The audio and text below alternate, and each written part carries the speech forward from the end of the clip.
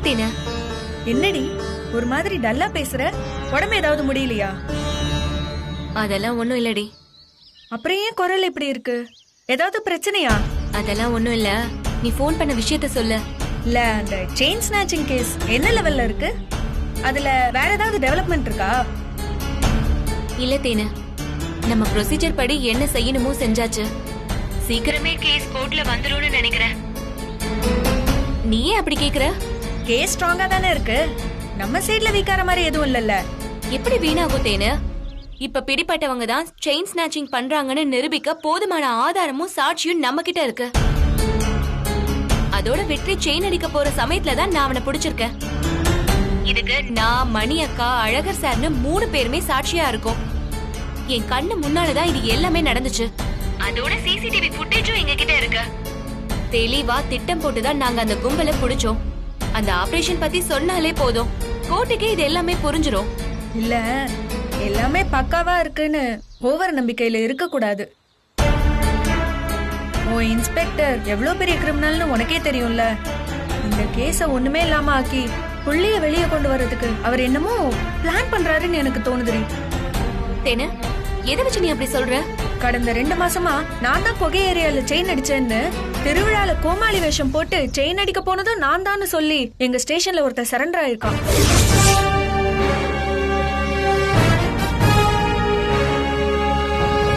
என்னடி சொல்ற? வெற்றியும் அவன் ஃப்ரெண்ட்ஸும் தாண்டி எல்லா கேஸ்லயுமே இன்வால்வ் ஆயிருக்காங்க. கிரிமினல கையும் களவுமா பிடிச்சது நான் தானே. வேற யாருக்குமே இதுல தொடர்பு இல்ல. உங்க ஸ்டேஷன்ல யார் வந்து சரண்டர் ஆயிருக்கா? ஏன் அவன் இப்படி சொல்லணும்? அதான் சொன்னல, எல்லாம் அந்த இன்ஸ்பெக்டரோட வேலையா தான் இருக்கணும். பெரிய மனுஷங்களை காப்பாத்த இந்த மாதிரி கேஸ் எல்லாம் வாங்கிட்டு உள்ள போறதுக்கு ஆளுங்க இருக்காங்களாம். எங்க ஸ்டேஷன்ல பேசிக்கிட்டாங்க. நான் தான் செஞ்சேன்னு ஒருத்தன் வாலண்டரியா சரண்டர் ஆயிட்டா இந்த கேஸ்ல பெரிய குழப்பமே வந்துரும். குற்றவாளி அவனா இவனாங்கிற பிரச்சனையை கொண்டு வந்து இந்த கேஸையே வீக் ஆக்கிடுவாங்கடி.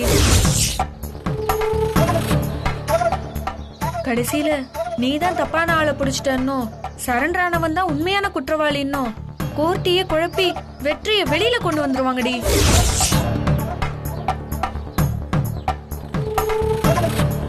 தேனு, நான் இருக்கிற வரைக்கும் அப்படி நடக்கவும் நடக்காது, நடக்கவும் விட மாட்டேன். அதனால தாண்டி உனக்கு நான் போன் பண்ணேன். நீயும் உன் டீமும் கஷ்டப்பட்டு அந்த கும்பலை பிடிச்சிருக்கீங்க. நீங்க பட்ட கஷ்டம் வீணாயிடக்கூடாதுடி. நீ அந்த ஸ்டேஷன்ல இருந்தா எதுவுமே செய்ய முடியாதுன்னு அந்த இன்ஸ்பெக்டருக்கு தெரியும். உன்னை டைவர்ட் பண்ணறதுக்காக தான் வேற ஏதோ வேலையை கொடுத்து உன்னை வெளியே அனுப்பியிருக்காருன்னு எனக்கு தோணுது. சுசீலாங்கிற பேர்ல அங்க யாராவது இருக்காங்களான்னு விசாரிமையில இந்த விஷயமா நீ அவங்கள தேடி அலையறதுனால 2-3 நாளைக்கு ஸ்டேஷன் பக்கமே வரலன்னா கூட பரவாயில்ல. நீ இந்த கேஸ்ல கவனமா இருன்னு எச்சரிக்கை பண்ணதான் நான் உன்னை கூப்பிட்டேன். ரொம்ப தேங்க்ஸ் தேனு. சரண்டர் ஆனவன் யாரு, அவன் பேக்ரவுண்ட் என்னன்னு எல்லாத்தையுமே விசாரிச்சுட்டு எனக்கு இன்ஃபார்ம் பண்ணு. கண்டிப்பாடி, நான் டீடைல்ஸ் எல்லாம் கலெக்ட் பண்ணிட்டு உனக்கு கண்டிப்பா கால் பண்றேன். சரி தேனு. சரி, நான் வச்சிடுறேன்.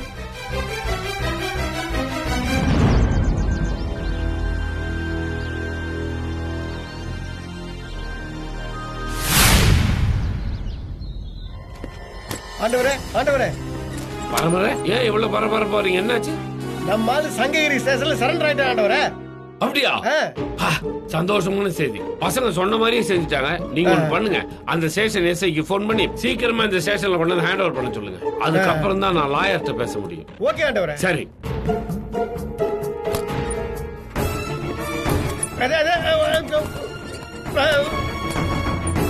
என்னது வந்தா நம்மள கூட கண்டுக்காம வேகமா உள்ள போறா. This is too much. Sir, ஏமாயில அதுக்குள்ள திரும்பி வந்துட்ட? அந்த அம்மாவை தேடலையா நீ? அது இருக்கட்டும் சார், நான் கேள்விப்பட்டது உண்மையா?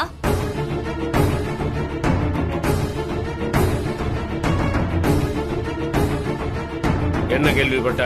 குகை ஏரியாவுல நடந்த எல்லா செயின் ஸ்நாச்சிங்குமே நான் தான் செஞ்சேன்னு எவனோ ஒருத்தன் சங்ககிரி ஸ்டேஷன்ல சரண்டர் ஆயிருக்கான். யார் சார் அவன்? என்ன கேட்டா எனக்கு எப்படி தெரியும்? இப்ப இப்பதான் அங்க இருந்து இங்க ஸ்டேஷனுக்கு போன் வந்தது. அவங்க இனிமே இந்த அக்யூஸ கூட்டு வந்து இங்க ஸ்டேஷன்ல ஹேண்ட் ஓவர் பண்ணும். அவன் அதுக்கப்புறம் தான் அவன் யாரு என்ன நமக்கு தெரியும். நான் விசாரிக்காமலேயே சொல்றேன் சார். வெற்றியை காப்பாத்துறதுக்காக நீங்க தான் யாரோ ஒரு ஆளை செட் பண்ணி அங்க சரண்டர் பண்ண வச்சிருக்கீங்க. மயிலு, நீயா எதையாவது கற்பனை பண்ணிட்டு பேசாத. எவனோ எங்கேயோ செயின் ஸ்நாச்சர் சொல்லி சரண்டரானா அதுக்கு நான் என்ன பண்ணுவேன்? உங்களுக்கு சம்பந்தமே இல்லாத மாதிரி பேசாதீங்க சார்.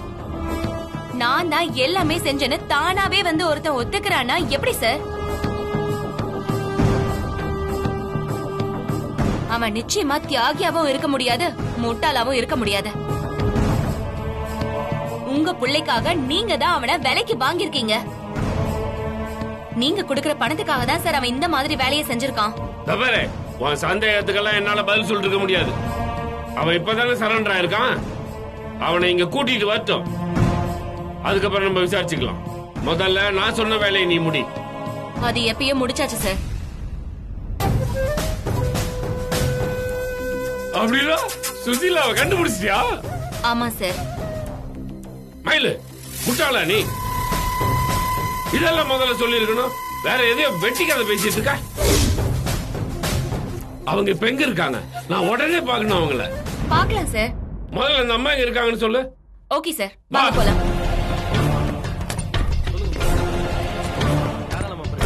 ஆண்டவரே, ஆண்டவரே, நான் கூப்பிடுறேன், கண்டுக்காம போறாரு. வர வர நம்மள டம்மி பண்றாங்கன்னு நினைக்கிறேன். ரெண்டு பேரும் ஒன்னா எங்கேயோ கிளம்புறாங்களே.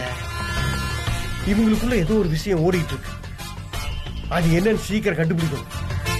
நீங்க சொல்லுங்க.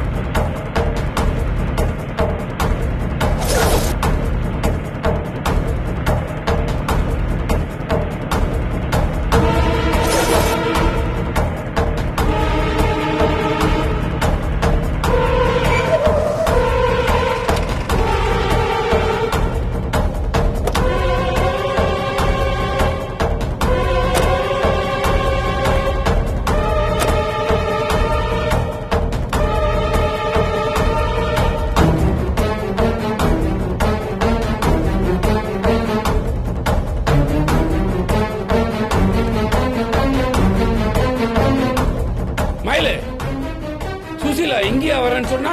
ஆமா சார்.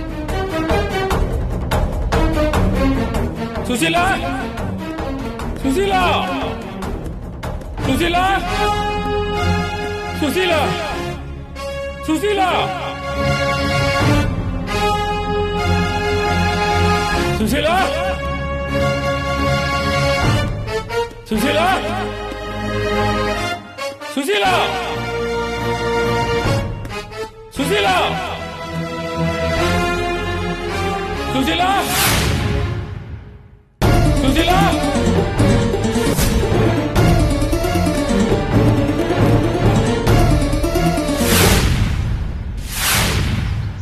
சுசீலா,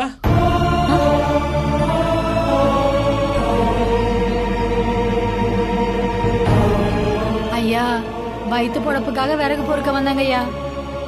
3 வயிறு கஞ்சி குடிக்கணும் ஐயா, எங்களை விட்டுருங்க ஐயா.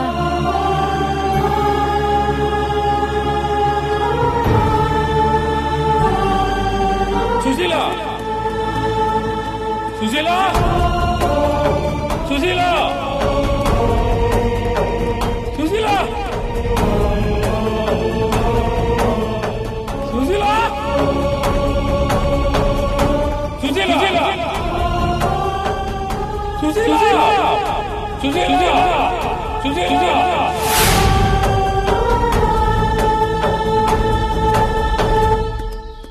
சுசீலா,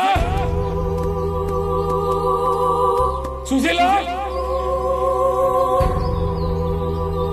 சுசீலா, சுசீலா,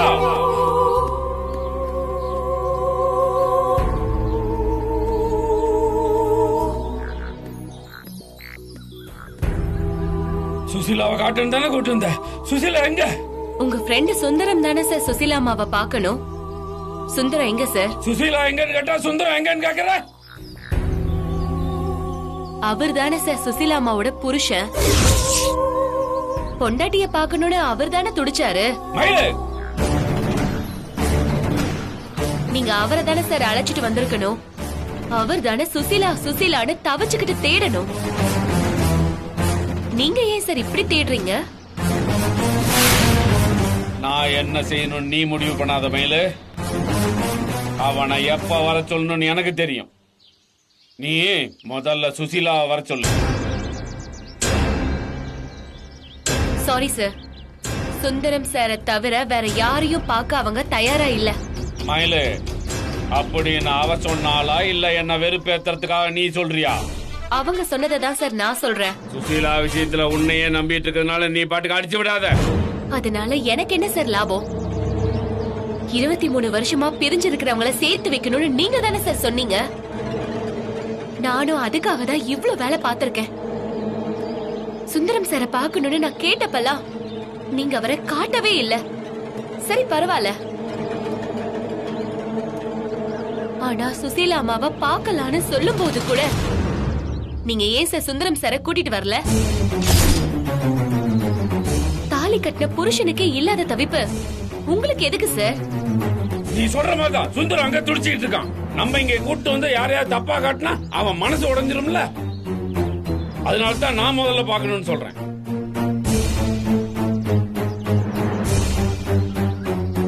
நீங்க பொய் சொல்றீங்க சார். நீங்க தவிக்கிற தவிப்ப பார்த்தா உங்க நண்பருக்காக தேடுற மாதிரி தெரியலையே. மயிலு, சொல்லுங்க சார், சுசீலாவுக்கும் உங்களுக்கும் என்ன தொடர்பு?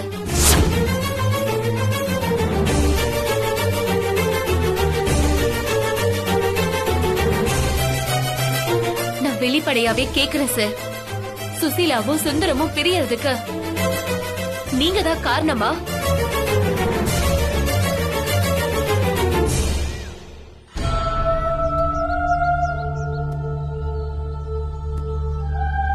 அப்படின்னா அப்படின்னா அது என்ன உறவு? மயிலு, இத்தோட நிறுத்திக்க.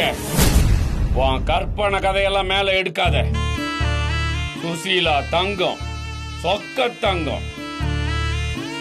சுசீலா உத்தமி, ரோசக்காரி. அவளை பத்தி எந்த குத்தங்குறை யாரும் சொல்ல முடியாது. சுசீலாவோட குடும்பம் பிரிஞ்சது கூட அவ எந்த வகையிலும் காரணம் இல்ல. அப்புறம் ஏன் சார் அவங்க 3 குழந்தைங்களோட புருஷனை விட்டு பிரிஞ்சு போனாங்க? அவ புருஷன் ஒரு அயோக்கியன், மிருகம். அவனுக்கு ஏற்கனவே 2 பெண் குழந்தைங்க இருந்தாங்க. 3ஆவதா பிறக்கிற குழந்தையாச்சும் ஆண் குழந்தையா இருக்கட்டும் நம்ம எதிர்பார்த்தோம். அந்த சமயத்துல தான் அவன் பொண்டாட்டி கர்ப்பமா இருந்தா. அவ புருஷனுக்கு ஆம்பளை பையன் மேல அப்படி ஒரு ஏக்கம். ஏற்கனவே 2 பொம்பளை குழந்தைங்களுக்கு அப்பனா இருக்கிறவனுக்கு ஆம்பளை பையன் மேல ஆசை இருக்கிறது ஒண்ணும் தப்பு இல்லையே. 2 பெண் குழந்தைங்க இருக்கிற வீட்டுல 3ஆவதா ஒரு ஆம்பளை பையன் பிறக்கணும்னு நினைக்கிறது நியாயம் தானே மயிலு? அவன் ஆசைப்பட்ட மாதிரி அவனுக்கு 3ஆவதா பையன் பிறந்திருந்தா அவன் குடும்பத்துல எந்த பிரச்சனையும் வந்திருக்காது. அவனும் குடும்பத்தை விரட்டி விட்டுருக்க மாட்டான். மத்தவங்க மாதிரி பொண்டாட்டி 3 பிள்ளைங்கன்னு சந்தோஷமா வாழ்ந்திருப்பான்.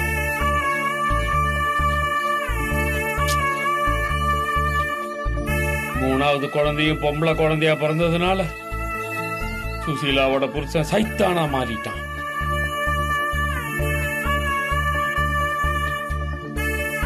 இந்த கதையெல்லாம் என் அம்மா என்கிட்ட பல தடவை சொல்லிட்டாங்க. நீங்க என் கதையை தான் என்கிட்ட சொல்லிட்டு இருக்கீங்க சார். ஆனா அந்த அயோக்கியம் யாருன்றதுதான் இன்னைக்கு வரைக்கும் என் அம்மா என்கிட்ட சொல்லாம மறைச்சிட்டு இருக்காங்க. 3ஆவது பொண்ணுன்னு தெரிஞ்சதுமே அந்த அப்பனால ஏமாத்தத்தை தாங்க முடியல. கோபமும் ஆத்திரமும் அவன் புத்திய மழுங்கடிச்சிச்சு. என்ன பேசுறோம் என்ன செய்யறோம் எதை பத்தியும் யோசிக்கிற நிலைமையில அவன் இல்ல. அவன் தான் மிருகமாச்சே. மனசாட்சிக்கு பயப்படுற மனுஷனா இருந்திருந்தா பெத்த குழந்தைய தூக்கி போட்டுன்னு பெத்தவகிட்டே அந்த படுபாவி சொல்லி இருப்பானா? ஆஸ்பத்திரில இருந்து இந்த குழந்தையோட நீ என் வீட்டுக்கு வந்தா என் கூட நீ குடும்பம் நடத்த முடியாதுன்னு பொண்டாட்டிக்கிட்டே கண்டிஷன் போட்டுப்பானா?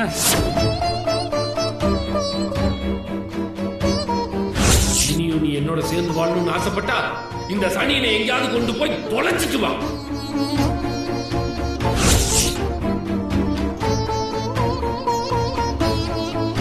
புத்தி கெட்டு போய் அன்னைக்கு அவன் செஞ்ச பாவம் தான் அவன் குடும்பத்தையே நாசமாக்கிருச்சு.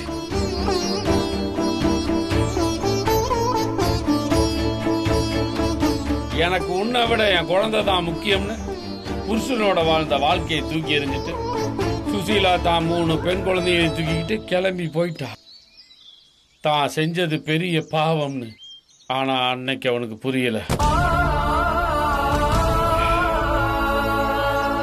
ஆம்பளங்கிற திமிரு அவனை நிதானமா யோசிக்கவும் விடல. சுசீலா தான் தப்பு செஞ்சதா நினைச்சு ஆம்பளை திமிர்ல அவன் வேறொரு வாழ்க்கையை தேடிக்கிட்டான். அதுல ஒரு ஆம்பளை பையனையும் பெத்துக்கிட்டான். இதெல்லாம் நடந்து 23 வருஷம் ஆச்சு. இடையில ஒரு தடவை கூட தன்னோட பழைய குடும்பத்தை பார்க்கணும்னு அவனுக்கு தோணவே இல்லை. தான் பொண்டாட்டிக்கும் பொண்ணுங்களுக்கும் அநியாயம் பண்ணிட்டமேன்னு அந்த கல் நெஞ்சக்காரனுக்கு கொஞ்சம் கூட உறுத்தல. ஆனா இவ்வளவு நாள் கழிச்சு தான் செஞ்ச பாவத்துக்கான தண்டனைய இப்பதான் அனுபவிக்க ஆரம்பிச்சிருக்கான்.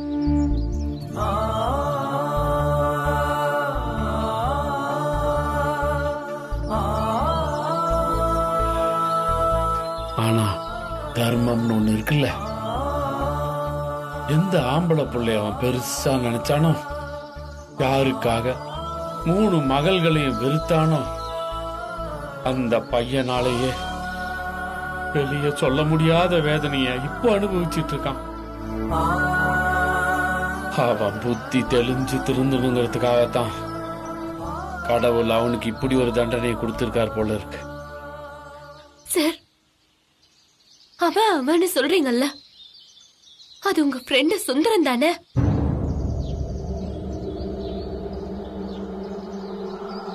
இல்ல,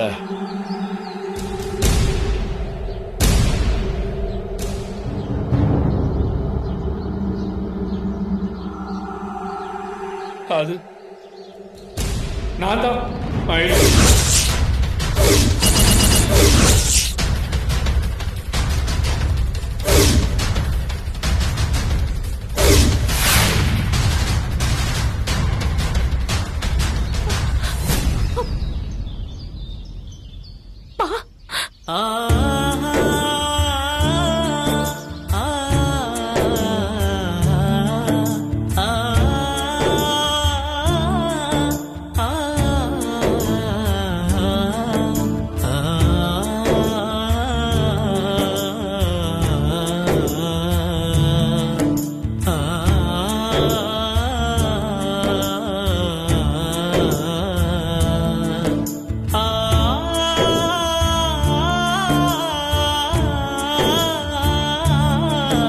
சுந்தரம் யாரும் இல்ல, நான் தான் அந்த சுந்தரம். என் கதையதான் பொய்யான பேர்ல பொய்யா சொல்லிக்கிட்டு இருந்தேன்.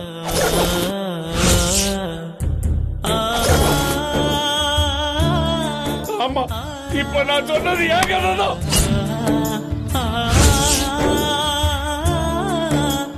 எத்த குழந்தைய முகத்தை கூட பார்க்காம தூக்கி போட சொன்ன அயோக்கிய, எந்த தப்புமே செய்யாத என் பொண்டாட்டிய விலகி போச்சுன்ன படுபாவின்னா.